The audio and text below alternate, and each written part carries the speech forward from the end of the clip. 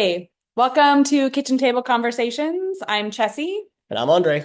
and we are here for Multicultural Family Hub, and today we are talking about Shakira and hip rolls, one of Mm. my favorite subjects. So, our daughter, who is adorable, and I'm totally unbiased, when she was little, I have this amazing video of her standing in the living room and just doing this like incredible hip roll and singing, "What should I do today? What should I do today?"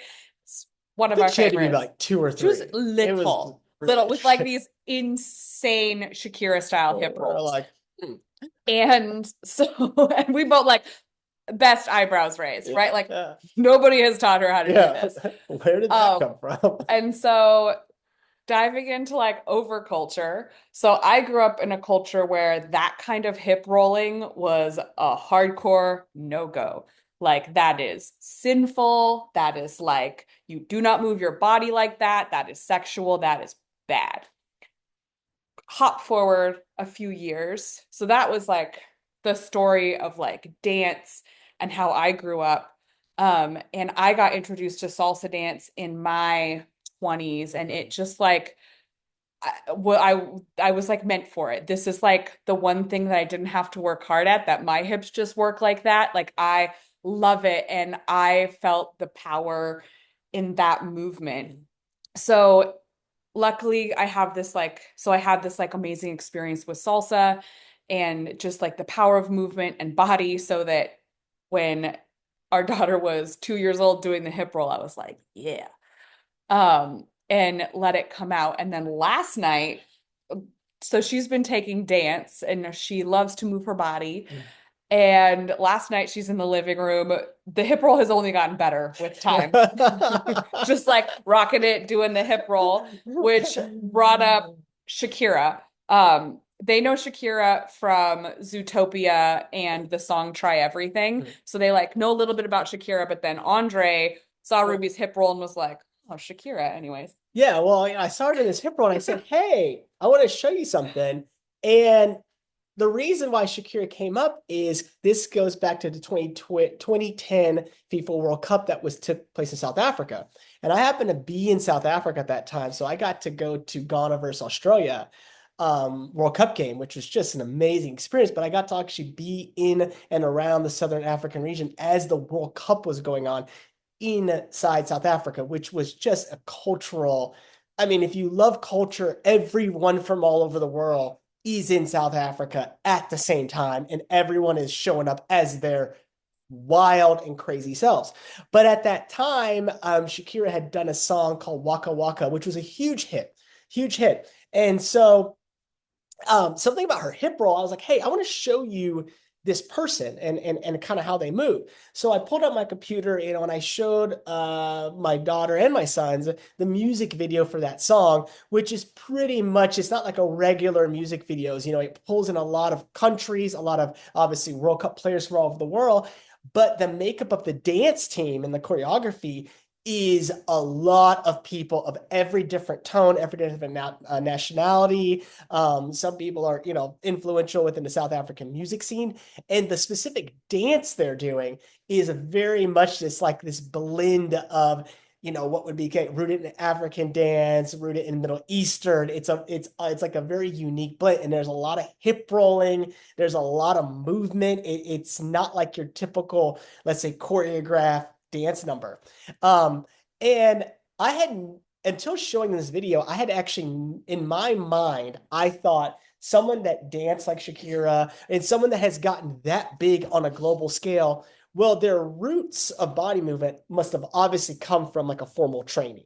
And if you're familiar with Shakira's music, especially the way she moves, in my opinion, or in my thought, I thought, oh, she must have had some kind of formal um, Middle Eastern influenced dance training, because she does a lot of specific hip movements and belly rolling and things that you kind of really have to figure out how to move your body in that way.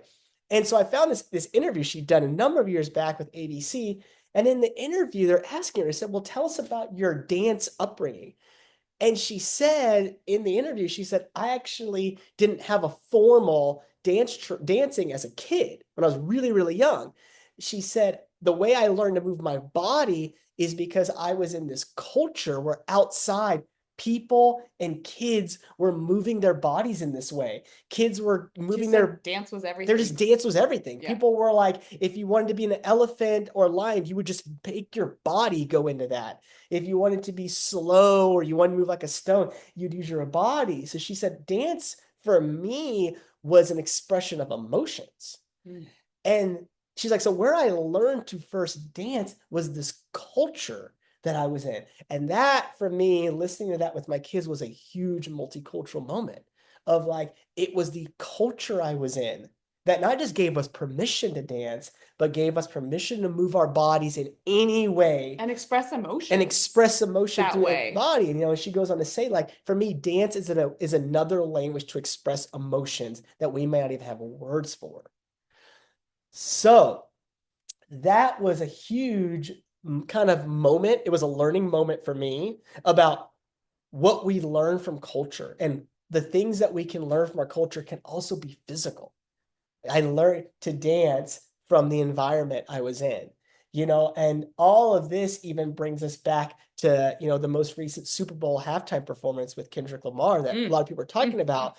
And as she said this, I understood in that moment, if you look at that halftime performance, there's a certain way that those performers are moving their bodies. There's certain emotions they're bringing across that are absolutely directed to the culture that they grew up in. They're sharing this culture with this larger world of this is how we might walk. This is how we might move. This is how even when we dance, we might step. And a lot of that gets lost and we don't look at things through a cultural lens. But when you do look at things through a cultural lens, then Shakira's movements become something so much deeper. Kendrick Lamar's movements become something so much deeper. It can tell you the stories about a place or a place in time or what happened to that country or that community over their history, who was there, who wasn't. So it's the emotions. And it's the emotions. And you can feel, I feel like with Kendrick Lamar's performance, no matter what, you can like through those dancers and the way like you could feel it. You can feel all the emotion coming through the movements. Yes. And I felt the same way, like watching Shakira dance. Like it's like nothing that I've ever seen in terms of, it's not necessarily Latin, it's not Middle Eastern, it's like her own thing and her own expression. And I loved when she talked about, I loved the song She Wolf.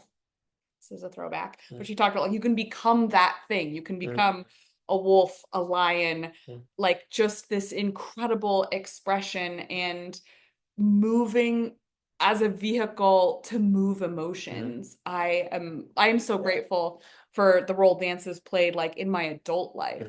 Well, and I think as a multicultural family, the overculture is often sending us or our kids messages that certain aspects of them are either not as good as others, or they should maybe leave off certain aspects, or certain parts of them may be bad.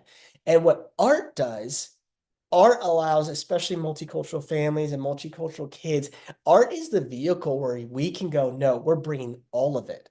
Yeah. So someone may not see the relationship between a Shakira movement and a Kendrick Lamar movement, but a multicultural family that's using art as perspective, you go, oh, no, these aren't dances. These are ways of expressing things that we don't have a language for. So that all started with the hip roll. And the hip roll started from birth. The hip roll. Yeah, and that's the other part is like this hip roll, like, I'm a yin yoga instructor. And one of the things you learn about as a yin yoga instructor, it's really important. All yoga instructors hopefully should learn this, but you learn about the human anatomy.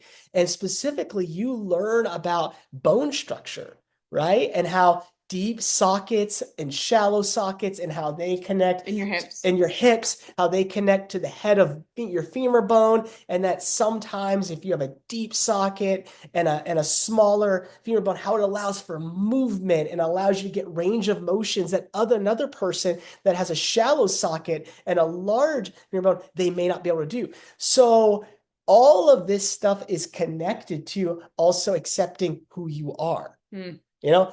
Our daughter came into the world with those hips, that can move in a way that if you try to put me in that thing, it's Yours I'm looks gonna so much break like that. something. But once again, that's another way of teaching them self-acceptance through, oh man, that's the bone structure that you came in the world with. The ability to move your body like that allows you to express things and show emotions using your body in a way that the person next to you may not be able to do, but they can do it in a different way. Okay. And so a lot of this conversation we're having today is as a multicultural family, one of the things that this community we want to embrace and we want to help you guys also learn how to do if you're not already doing is we have a unique lens that allows us to connect all the dots. Mm, We don't have, being a multicultural family is an excuse to not be binary. We get to that's connect beautiful. all the things because we're all the things. Yeah. So, And bring it all in, and it's so much richer. Like if my story had stayed in this kind of dance is not good, I mhm. never would have gotten to move in to this place that has been so good for me in terms of healing and expressing and feeling like a fuller version of Yeah. myself. And I think what like multicultural families can be so beautiful because you bring in these other pieces that you didn't realize you even needed, and Mhm. you're allowed to have access to them because you find access through these like other parts of your family.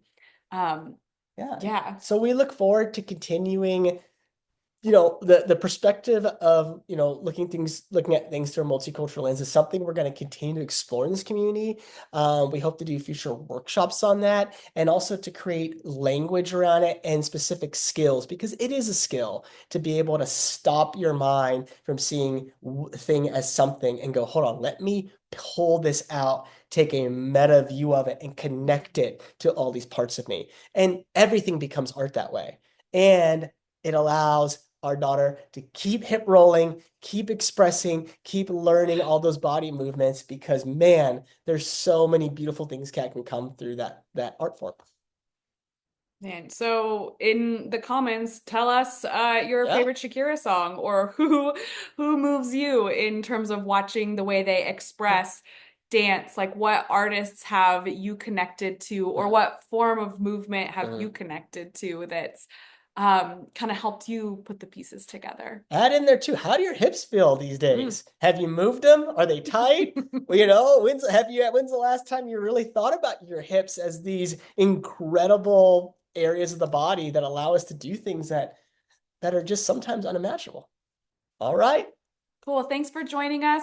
Again, join us in June when our Multicultural Family Hub community opens up. We look forward to connecting with you. Drop us a comment. See you next time. Bye.